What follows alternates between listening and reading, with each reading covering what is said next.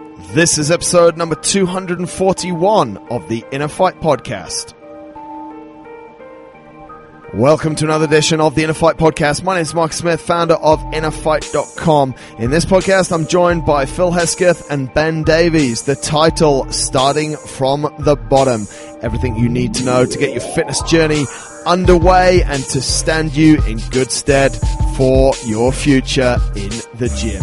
Of course, massive thanks to our show sponsors, Careem. Download the Careem app, sign up and register with a valid credit card, and use the promo code InnerFight for up to 100 dirhams off your first ride. And remember, if you're coming to the gym with Careem, use the promo code INNER. If you're leaving the gym, use the promo code FIGHT for 10% off your rides with them. No matter where you are in the world, thanks for tuning in. Let's jump right in. This is it, as the title suggests, starting from the bottom, starting from the start, starting from ground zero. I'm joined by Ben. Ben, morning. Hello. Morning. It is morning, no matter where you are in the world. Where we're recording, it's morning. Philip. Yes. Morning. There we go. Morning. This is going to be an interesting one, actually, because what we're trying to do is sort of have a discussion around starting fitness, starting CrossFit, starting your journey with us here at InnerFight, and just to understand some of the things that you might be going through when you start out. And there's obviously a lot of questions that people do ask, but before we jump into that, I think it's important that we all share our personal experience of starting CrossFit or starting functional fitness, or in your case, Ben, I want to ask you, when was the first time you did bench press? Very unfunctional. Bench press. I think I was about 15 or 16. You waited that long? Yeah. Oh, mate. I was younger than you. Yeah. Yeah. Is that because you didn't want to start, or you weren't allowed to be in the gym?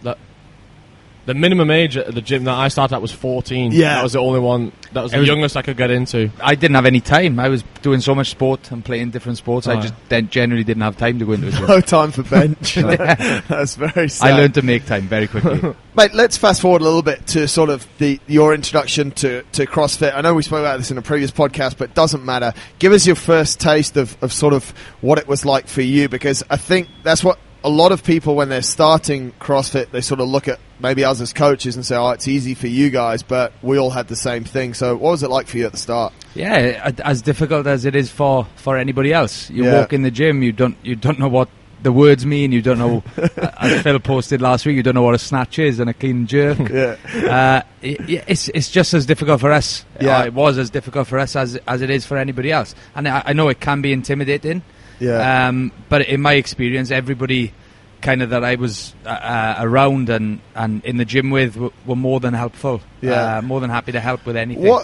Let's go through, because I think the first 5 minutes is probably the most intimidating. Did you find that? Yeah. You don't know anybody. You're quite nervous. You're a little bit apprehensive about what's to come. Yeah. You're quite confident that you can, like, your fitness levels are good, but at the same time you don't know what anything is, so you don't know how to do things. How does it progress though? What did you leave that first class feeling like? I felt great. I mean, the first class that I did, you instantly have 15, 20 friends. Everybody in there seems to be very, very friendly. Everybody who especially comes here. And just left feeling great. I had a great workout. Still didn't know everything there is to know about CrossFit, obviously, but understood that session and left feeling that I could come back and I'd made friends, so it wasn't so intimidating going back the next time. Now, mate, you've taught for us a lot of the introductory classes here at the gym. You've also taught a lot of the base fitness classes. Do you find that as well? Like, if someone can get to sort of that the sort of halfway through or 2/3 through the session, then you see that they actually start to enjoy it, and then they come back the next day and it's like they've been around forever. Yeah, absolutely.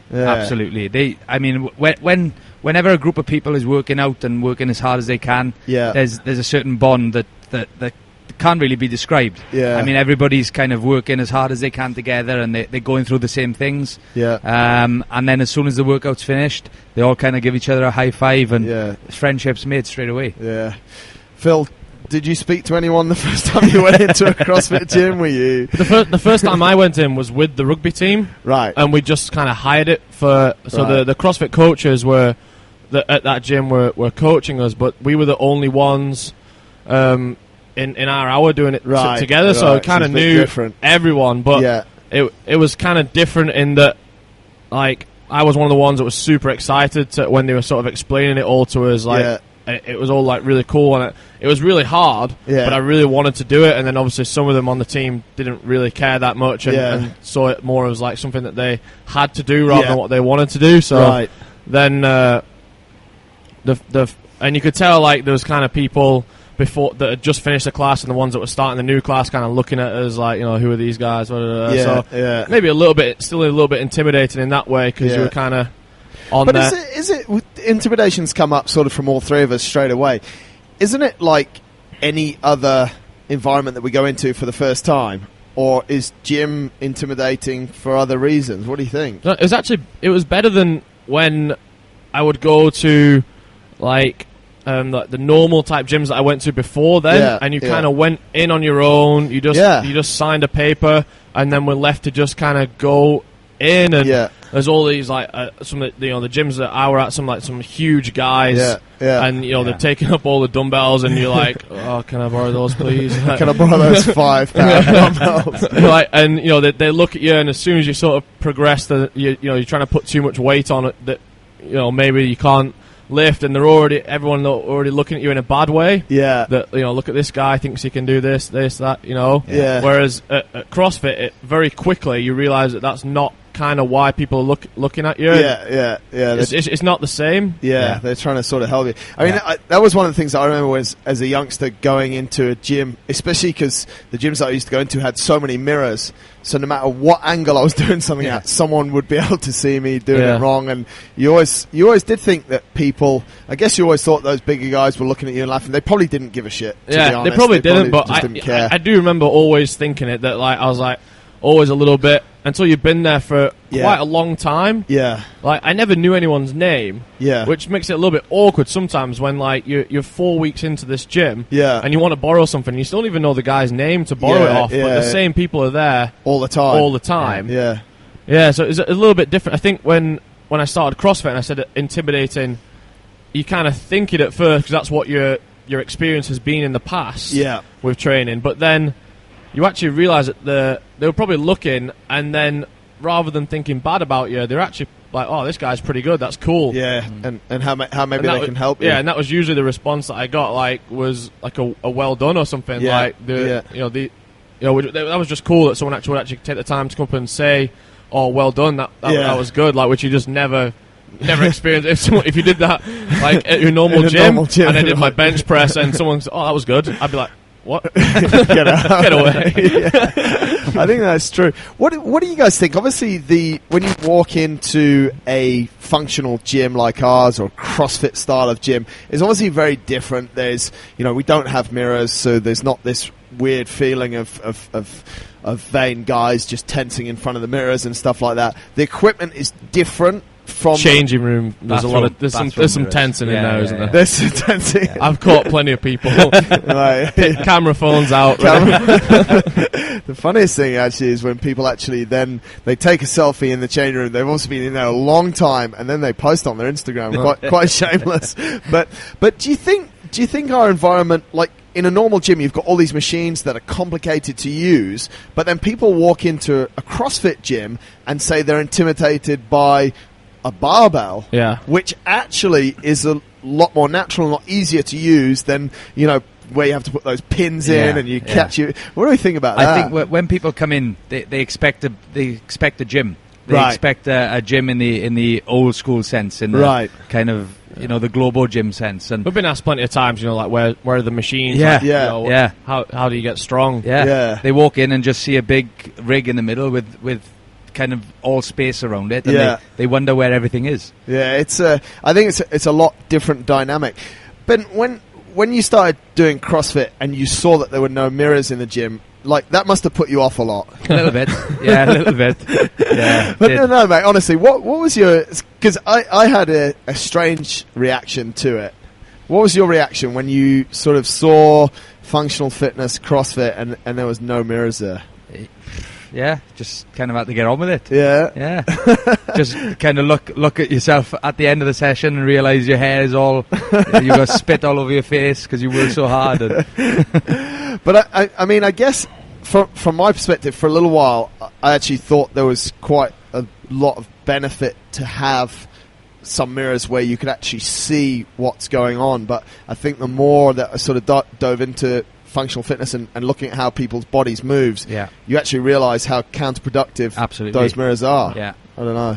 I think I'd already started kind of making that transition to more, like, it was quite funny the way that gym was laid out was the gym I went to before CrossFit, and it was all the sort of upper body machines, and they were surrounded by mirrors. Yeah. And then you went up a couple of stairs, and there was all the lower body stuff, and there wasn't a mirror in sight. I'd actually spent quite a lot of time there because I'd sort of realised, I actually need to squat to be good at rugby, right? Which I hadn't done for the past 4 years that I've been playing. So that transition to no mirrors at all wasn't actually that bad for me. But I went to a gym. Which gym? It was in Bali, and they had mirrors, and I actually found it way more distracting than it was. Because you find you look up and then see yourself, and it's just a little bit distracting when you, especially with things like the things that people would say, maybe I need it for self-teaching in clean and jerk, but if you're not focused on what you're doing, then you're a lot more likely to hurt yourself. I don't think you should be looking at yourself in the mirror. Plus, you're having to mirror what you're doing and move in different ways to what it looks like, right? On the other side, So it's but obviously that's where the coach comes into play. That you don't have. I guess the coach is kind of in replacement of the mirror. So I've just come in. I'm a little bit intimidated, although the machines are different and generally the environment's different. What do you guys think? Obviously, we've got a lot of listeners that have been doing CrossFit for a little while. What part do they play in someone new sort of walking into that room?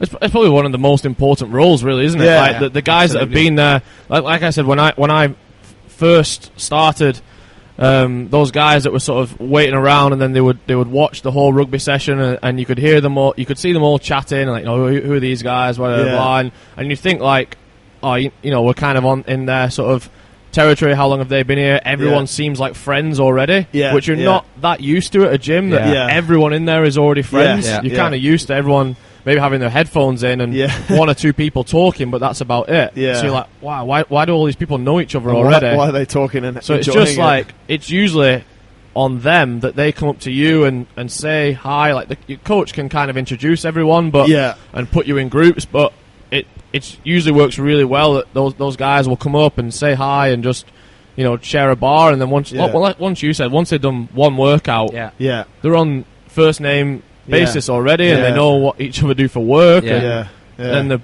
they seem mates just after one session, really. It's incredible. One of my PT clients mentioned yesterday when Johnny walked in, and he said, that guy just hasn't stopped smiling for the last 5 minutes. He went around the whole gym and shook everybody's hand and said hello to everyone. It's just it's just very, very different to an ordinary gym. It's a bit different, the welcome that you get here, though. It is. It's someone. If someone new came in, maybe they would be a little bit intimidated because they would think that how well everyone knows each other. Because Johnny walked in, and at least 10 people screamed Johnny at the top of their voice. People just shout things when people come in the door, and everyone's happy to see each other. There's a big reaction. Talking about the jargon, there's a lot of jargon that we use for time. I remember so distinctly sort of when I started playing around with CrossFit in 2003, 2004, Rookie actually would send me workouts and he wrote for time, blah, blah, blah, and then 3 rounds. And I just called him up one day. I said, mate, what does this even mean? Like, what does for time mean? He goes, you just do it as fast as you can. I'm like, oh yeah, that makes sense. But there's a lot of things like that we'll use that I guess also is a lot of jargon that people don't understand. How do we break that down, or how should people learn that? I guess you just kind of listen and remember, really. It's not that much, I don't think. Like AMRAP and EMOM, and it all actually stands for pretty logical stuff. There's not that many things that can really throw you off, but there is sometimes when you're not realizing that you've got new people in the class, I'll say, okay, we've got a 20-minute AMRAP. and someone will come up to me at the end and or at the start, and be like, how do I do an AMRAP again? Because they think it's one of the actual one of the exercises. Yeah. So they think they have to do 20 reps of an AMRAP. But that's again where the kind of community feel comes into it, because people might be intimidated to ask us as coaches. But they know that they can ask anyone else in the class, and they'd be more than willing to help. Every single person has been that new guy. Every single person in here has been the new guy at one Let's stage. jump into that and the asking side. Obviously, we're quite sometimes, I would say, strict and a little bit aggressive on the number of Phil, especially. Probably one is fine. One question on the number of questions. But let's just clarify this.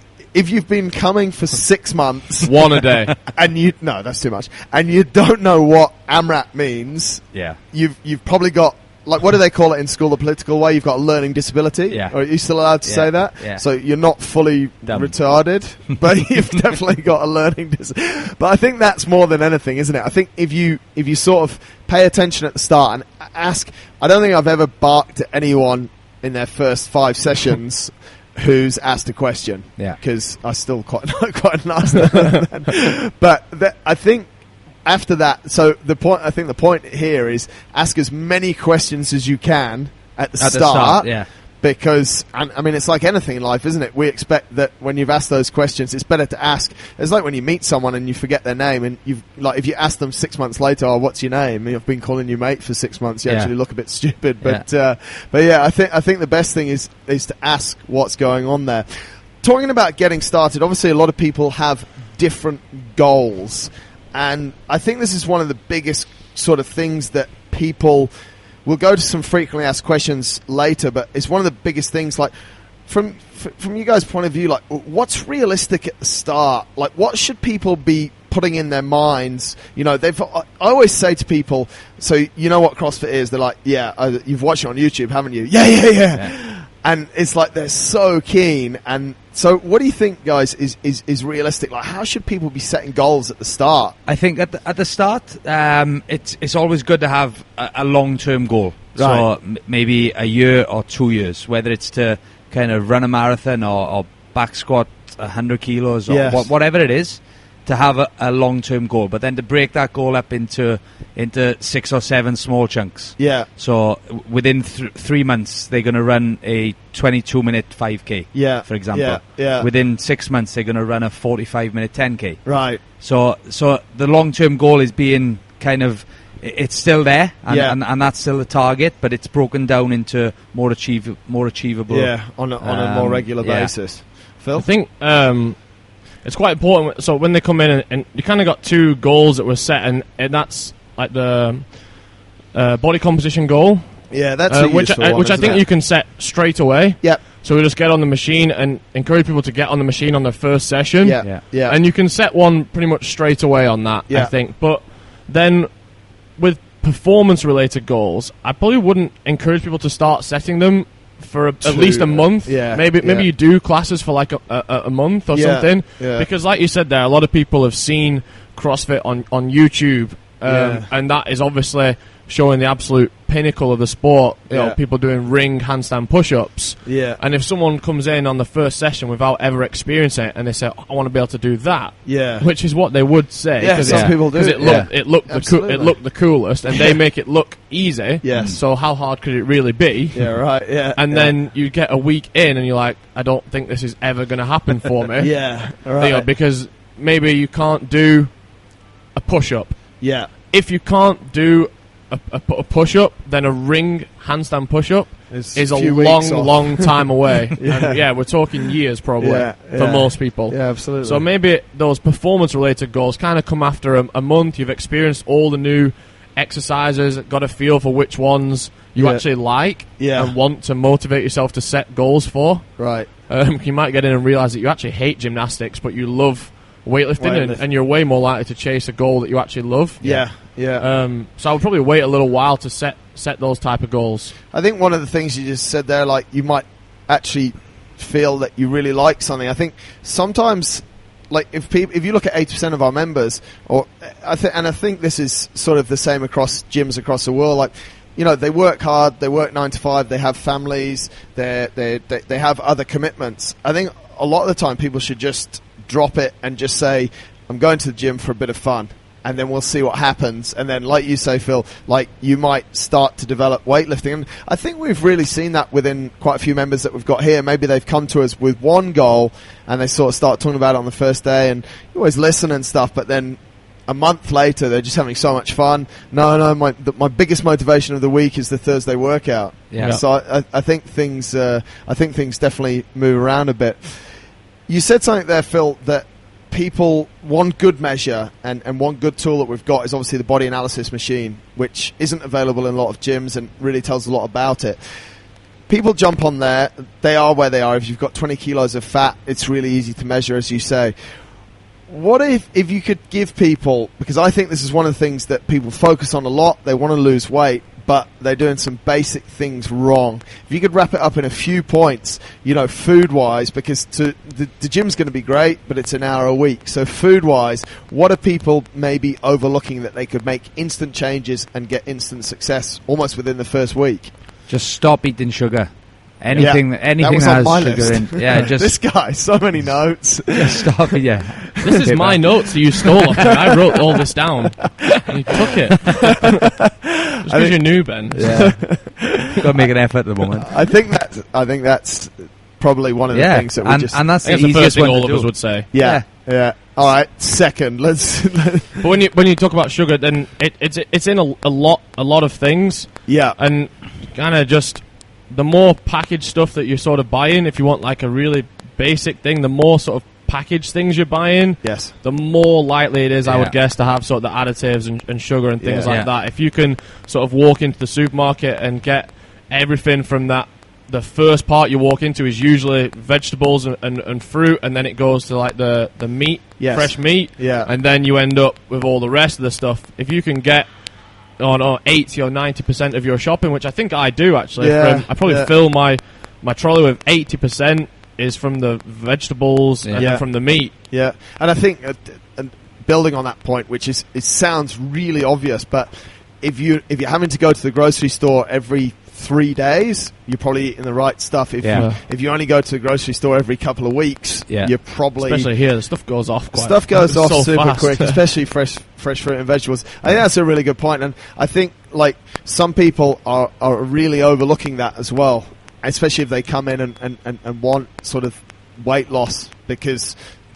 1 hour of exercise 5 days a week doesn't really help too I think much. People should do a little bit more research as well into if they're really wanting to make an effort and they really wanted to come in and train as hard as they do here, then I think they need to just spend a little bit of time doing a little bit of research on what's good and what's not. It's quite funny because when someone comes to us for the first time, no matter if they stay with us or they don't, we send them an email with a link to an article all about food and nutrition, and then maybe 2 months later they're like, "Can you help me on nutrition?" And it's like, Anyway, I think that's what two really of the most important things to sort of get rid of that sugar, get rid of the processed things, and start to develop good eating habits. So, and then the sort of the frequency as well. Just if once you've sort of dialed that in, and okay, my main sort of a plate of my food is like a piece of meat and fish, and then like plenty of vegetables and greens, and a small amount of like fats as well.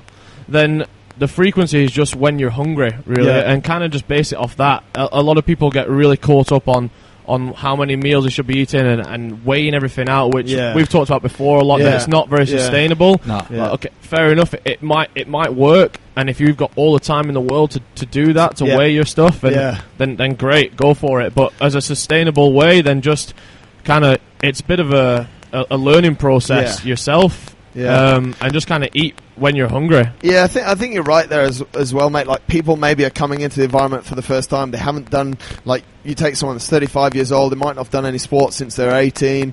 They're committed to come 3 or 4 times a week, which is a big lifestyle change. Then on top of it, they think they're going to weigh their food and get super stressed out about everything, and it just doesn't really work. I want to drop in a question here from a listener, which actually comes in quite nicely at this point. One of our loyal listeners, Shadia, chucked this over to us, and it fits in with what we're talking about today. She said she does jiu-jitsu. The jiu-jitsu competition season ended in June, and not long after I started to find it hard to stay on my diet, as we're talking about food. I have no problem sticking to my training schedule, as I genuinely enjoy both CrossFit and jiu-jitsu, but I'm finding it hard to eat clean. I'm also worried that it's started to affect my training, because my body functions very well when I eat clean and train twice a day, but when I don't, it's harder to get through the 2 or 3 training sessions per day, and I feel like there's a noticeable difference in my performance, which really sucks. I thought this would be motivation enough to clean up my diet, but I'm still struggling. Are there any good tips to stay motivated in off-season is the bottom line. I guess that kind of comes down to what Ben was saying about because I don't know how long she's waiting for the new season to start, but that's obviously her long-term goal at the moment. Like, Shadia's in here like, all the time. Yeah, like, and then she goes over to jiu-jitsu. If she can kind of sort of map out the next... let's say it's 8 months till she competes in jiu-jitsu again, and set maybe a goal a month or every 2 months, then it kind of holds her a little bit more accountable. I think it would be quite hard when you've got like it's a similar thing like for us and Mia and Carmen, that regionals is so far away, so we've kind of picked out 2 or 3 smaller competitions at the right times to keep that motivation fresh all the time. I guess when she's talking about clean diet, I guess, okay, maybe in the season she needs to have a certain amount or percentage of body fat, so she keeps that. Off season, maybe you can afford that to go up 1 to 2 kilos, so maybe she could just keep on measuring that on a weekly basis. But that should then be slight changes as opposed to a dramatic change. Obviously she's fallen into a trap where she's eating a little bit more or not eating so well. It's just a case of sticking with the diet that she was during the season, but just tweaking it slightly as opposed to changing it as completely. Opposed to big changes. And if it is off season, maybe just letting yourself relax a little bit. Yeah, everyone loves Ben and Jerry's. Like, just maybe just relax about it, because you know how strict you're going to be during your in season, and if you're competing at a really high level, then you end up being super strict there, and you can be craving quite a lot of foods then. So when it is your off season and you're allowed to be a little bit more relaxed and maybe enjoy it a little bit, it'll keep your stress levels low. People have been in. They're okay with no mirrors. They're okay with Ben's chest. They've sorted out their food. They leave, and we get an email from them the next day that they can't walk. Or they come to a class 3 days later and they tell us that for the 3 days after the previous class, they couldn't walk, they couldn't sit on the toilet, all those different things. What can we say? What can people be doing? Sort of, they leave their first class, it could have been anything, and you can never tell. It's going to be a range of different things, or it could just be a load of squatting. What can they be doing to recover faster? I think this is one of the questions we get asked the most, but it's a real valid one. Very simple. Go for a walk. The next day, get up, move around, stretch a little if you know stretches. Come back in and even tell us, look, I'm really struggling to walk, and we'll go over some stretches with them. There's always coaches here. I think that was one thing I said to someone the other day. I was like, you work in an office. Yes. Tomorrow, don't sit at your desk for 8 hours straight. He looked at me all strange. I was like, you'll feel terrible. Just get up and just keep moving around. A lot of the time you can't... there's no... Like, you could go for a walk and you can stretch and things like that, but you just deal with it. You're going to be very sore the first few weeks. I still remember now, I think it was 2 weeks into when I started doing CrossFit. Like after I'd quit rugby, I just did CrossFit. I did the classes, and one of the classes was Karen. 150 walls. Oh my god! I remember how sore I was, and I couldn't walk up and down the stairs. Like, it's not exaggeration. It's the same as what everyone else has felt here. Even though I was playing rugby and training for that 3 times a week, and I'd always doing gym training. The first time I ever did 150 wall balls is probably the most sore I've ever been. And there's really not much you can do about it, but the next time I did it, I wasn't sore. Right. Like, your body kind of reacts to it like very quickly. So kind of the first time you do everything, just expect to be sore. The muscles will be very sore, and it's not really a bad thing. You just kind of have to get over it the first time, and then the next time you do it, it's not as bad, and not as bad again, and but before you know it, your volume can actually go really high. And unless I do something pretty stupid now, in terms of volume, it's very rare that I get super sore in that way now. But it happens to everyone. I mean, I did a workout. Phil gave me a little bit of a workout with the twists yesterday. Yeah. And I woke up this morning and my back is quite sore. Not in a bad way, tight. just because of the twisting. Yeah. So it happens to everyone. It's a new thing. It's just normal. It's new. I remember when I first did a load of pull-ups and got rhabdo. It was good too.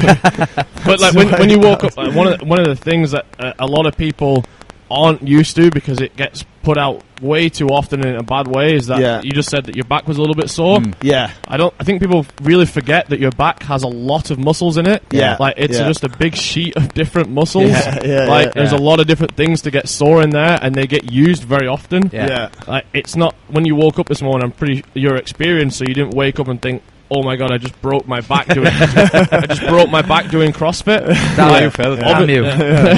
Obviously, we advise that if you are, you're in pain and you've had maybe back problems before and things like that, but it's one of those bit of a misconception that all the time, like, oh, is this going to give me a bad back? Is this going to give me a bad back? Like, you need your back to be strong. Yeah, absolutely. So we're going to make you use it all the time. Yeah, it's going to be sore when you use it in different ways. It's that difference between pain and soreness. Yeah, that's what people need to to figure out. The difference. I think one of the biggest things as well is that people sort of start doing something and then they get involved in things like sports drinks, sports supplements, which a lot of them are back to what we were saying about food, full of sugar, and instead of just having a load of water after they worked out, they'll have maybe 2 or 3, I don't know, Gatorade or something like that because of that sweetness, and their sugar stores are going to be depleted, but that obviously slows down the recovery process as well. Ice baths are good.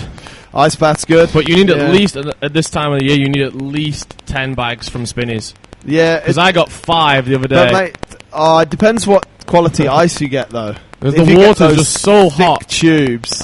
It's just so hot coming out the tap. Don't buy your ice at Emirat petrol stations. Why? They're the most pathetic ice cubes ever. They're just not cool. You need those big thick tubes. They work super well, but still at least 10 bags. Yeah, and that's good. Ice baths are really fun. That's a good one. Let's jump into some frequent ice baths. I had one once. Yeah. Once? Yeah. You don't like them? No. I really. They're good. When I was playing rugby, I used to like them a lot, but now not so much. It's a bit of a hassle to get it and everything. It's just too much. It's not about the hassle. Sometimes I actually believe as well, unless you're in a real thick training state and you need to recover super fast, which obviously sometimes we do, then I think more natural processes to heal are probably better in the long run. But yeah, there's a load of different research and stuff on ice, but generally this is one thing, when you've had an ice bath, you do feel real good. You feel amazing, especially when you get in a hot shower afterwards. Let's jump into some frequently asked questions, and folks, if you still have some of these, just let us know.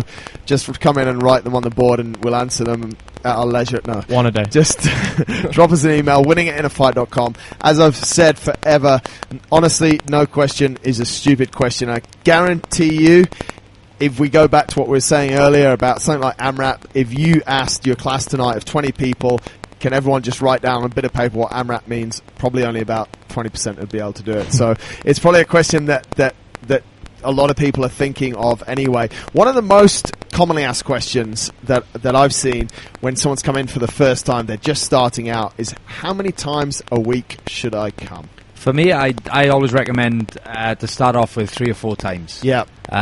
What they don't want to do is kind of come in all excited, then start the first 2 or 3 weeks, come in 6 times a week, and just kind of burn out after 3 or 4 weeks. Yeah, I agree with you. So start off, come in 3 to 4 times a week, see how their body feels, see how they can kind of put it into their daily life and family life and things, and see how it works. See how it works. My notes. I'm seeing what you've got coming up next. I think you said something there that's really important, Ben, as well. You said, like, see how your body feels. And I think sometimes people sort of get put off that they say, okay, yeah, I'm going to do 3 a week. I'm going to do Sunday, Tuesday, Thursday.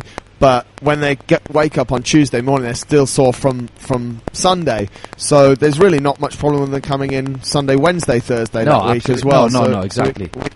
We can definitely move it around, but I think listen to your body is super important. Yeah. Phil, you don't want people to come too often, or is it while you're checking his notes? I was seeing what he's got on there. There's so much detail. This is a good... I like to see how you answer this question. I'm not losing weight. Why? are you doing? Most common is that they're not actually doing what they say they're doing. Like they'll come and they'll work really hard in the gym, and then in their head they're like, sweet, I worked really hard in the gym, I can go and have my beers or my ice cream or whatever it is, and it takes a little while, but then they start admitting it to you it's quite easy to get it out of someone. Just give them like a bit of a stare and like, what did you do this weekend? Like they'll get on the scales and be like, oh my god, I can't believe I've not lost any weight, and you're like, what happened? And you're like, really here we go. Yeah. So that honestly usually is the most common thing, that people just find it a lot harder to change their food because they have to make that decision themselves. Like when they're in the gym, then we'll tell you what to do and we'll shout at you if you're not doing it. Yeah. And and you're always going to work hard. Yeah. But you've actually got to put in the time outside of the gym to, get your diet sorted properly. I think one thing on that as well, which I found has been really helpful for a lot of our members, like even if you are a good dude and you read our nutrition guide and you're sort of following it up, I think sometimes it's a good exercise just to get a coach to have a look over your food. I mean, we send out a 4-day food tracker that the coaches are more than happy to have a look at, and I was working on one last week, pulled a few sort of wholesale changes that I'm pretty sure are going to make a difference. So I think, like you said, mate, the reason why you're not losing weight is because you're probably not eating. But a lot of people, you kind of see it through different sort of generations as well. That like some people's idea of healthy, you'll say, "Oh, how are you eating?" And the answer will always be, "Oh, I'm eating really healthy." Yeah, and then you'll get the thing, and the breakfast is 4 Weetabix. Which is a little bit old school healthy because it's not really what we would recommend. But that's what it's just how they grow up. Yeah, and what your perception of healthy is, right? Yeah. Weetabix tastes really good as well. That was my breakfast. That was very good. 15 years. Yeah. Could you get through a pack of 12 no problem? Oh, easy. Yeah. We used to have fruit bowls. Could you my brother have competitions and who could eat the most? You eat them without the milk. That's a good challenge. Yeah, how many you get through? Not for pleasure, just because it's for a game. Punishment. Plenty of sugar though. If it didn't have a nice layer of sugar on it, it probably wasn't worth it. Really? Yeah, no sugar, just milk. Oh no, you need to have a look. It's so disappointing. The full thing of milk because it absorbs it all. Yeah. I've come to my first class. This is another sort of frequently asked question, isn't it? I've come to my first class, and I mean the way that our programming works and the way that CrossFit generally works, there's some days that you'll be absolutely flat on your back and some days that may be a little bit more strength based or skill based. So a question we see a lot is, do I need to do some extra cardio?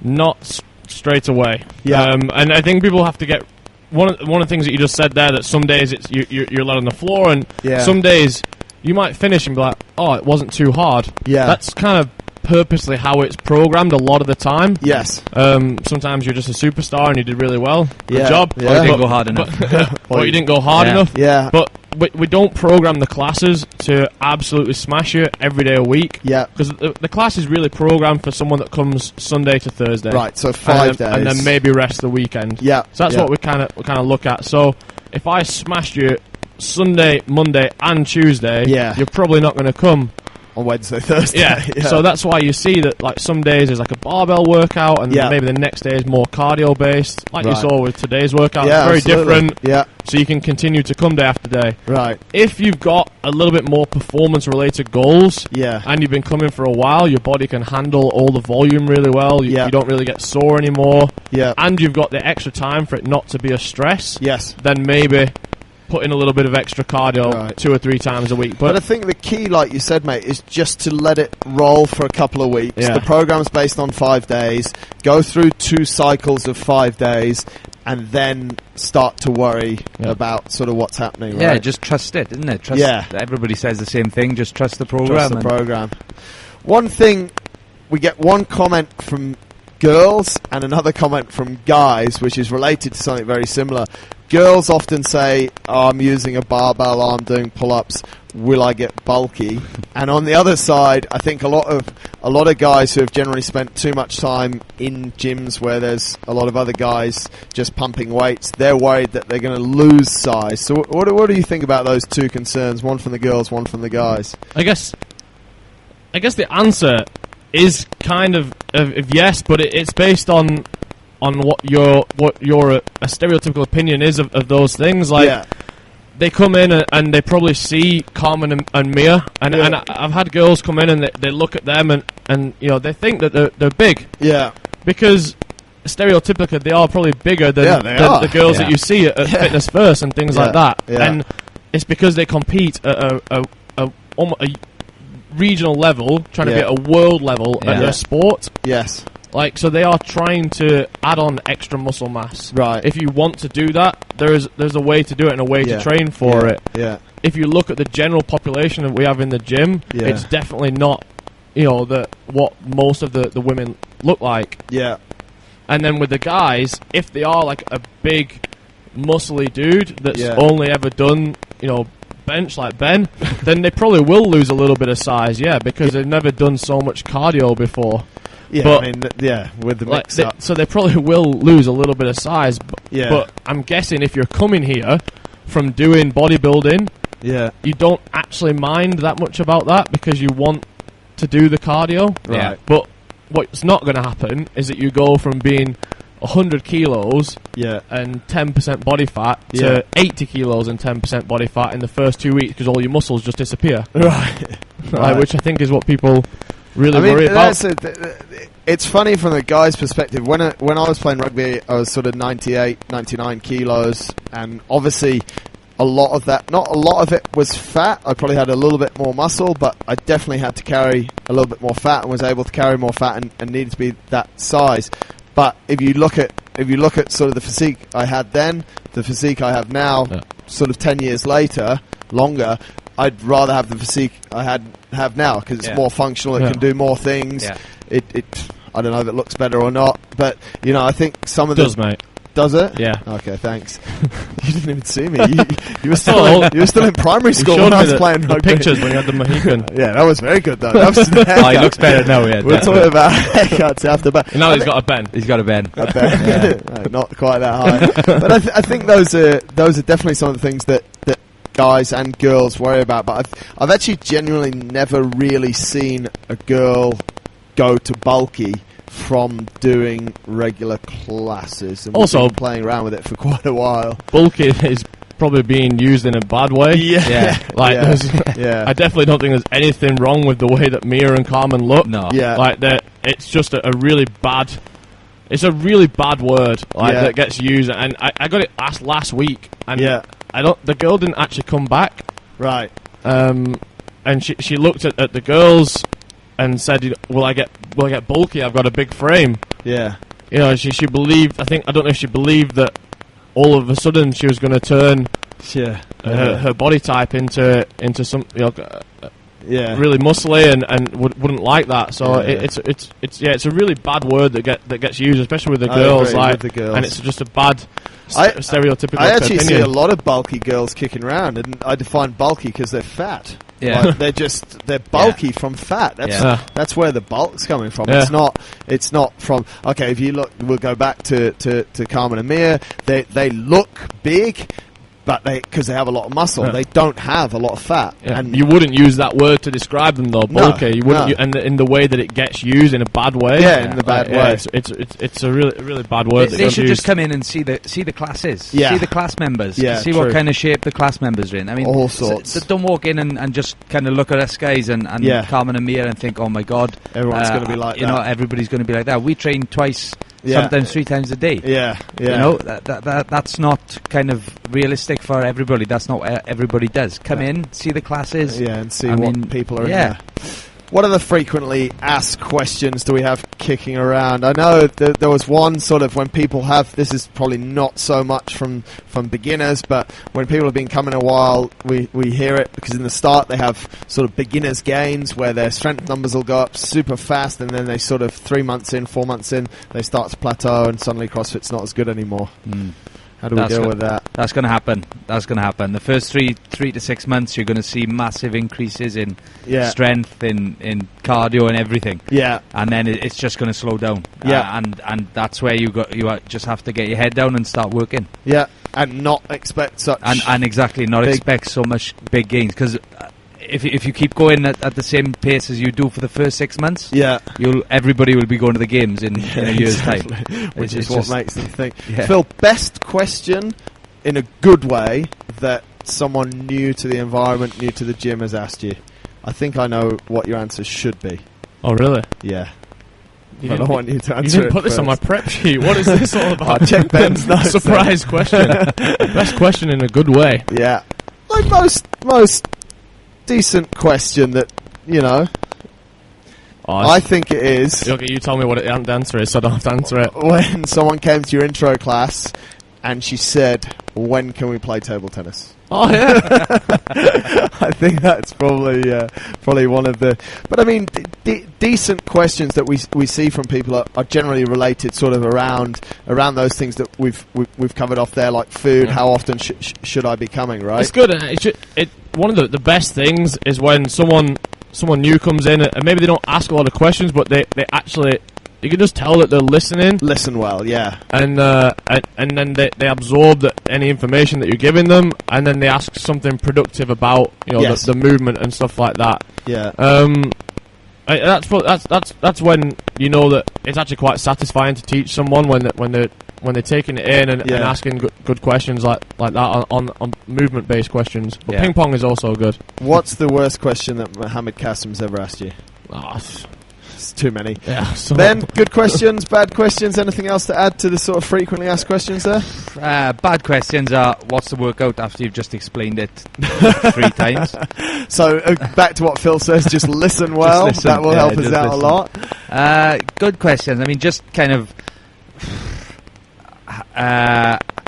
how good do you think I could be? Yeah. Or that's always nice. How much better do you think I will be in 6 months' time when people are prepared to work? Yeah, it's always good. It's good when sometimes people say, "Oh, is it okay if I go light and work on the technique like the new guys?" That's a really nice question. Yeah. Thank you. That's a really good question. Yeah. One really difficult question. It's not really a good or a bad, but it's really difficult. Yeah. A lot of new people say, "How much weight should I put on the bar?" Yeah. And then you're like, 5s? 5. I kind of have to look them up and down, and you feel a little bit bad. But you're trying to guess how strong someone is, and then they either can't do it or they do it really easy, and you're like, "Oh, yeah." I think that's one of. I agree with you. That's really difficult. We obviously want to push people to put as much weight on the bar as they safely can.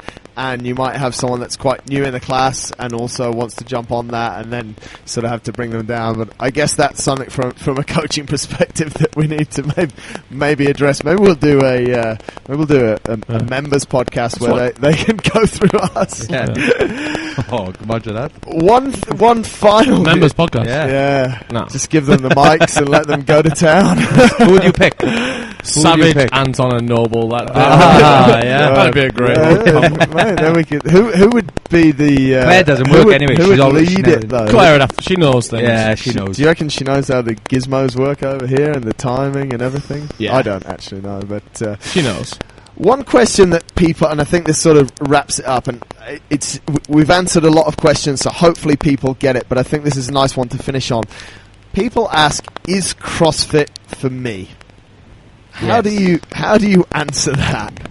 In some shape or form, then yes, it is for everyone. For everyone, but right? It's very the way that it's been said in the past by sort of Greg Glassman and the guys that run it, is that it is for CrossFit is for absolutely everyone. Yeah, I think you have to kind of take that with a little bit of caution. And that this is why we started the class-based fitness. Yeah, because the mainline CrossFit classes at most gyms maybe aren't for everyone. Right. I think it takes definitely an introduction period to pushing your body to that intensity, because that's the main thing we want. We want you to be able to get intensity and volume and be able to work at a really high level. Yeah. It's really hard to do that if you've not exercised for the last 20 years. And if you can't move your body correctly, right? Yeah. So we always kind of introduce it now with base fitness or a one-on-one session. Maybe you need some personal training first. But the end goal for everyone is to be able to get into the main class.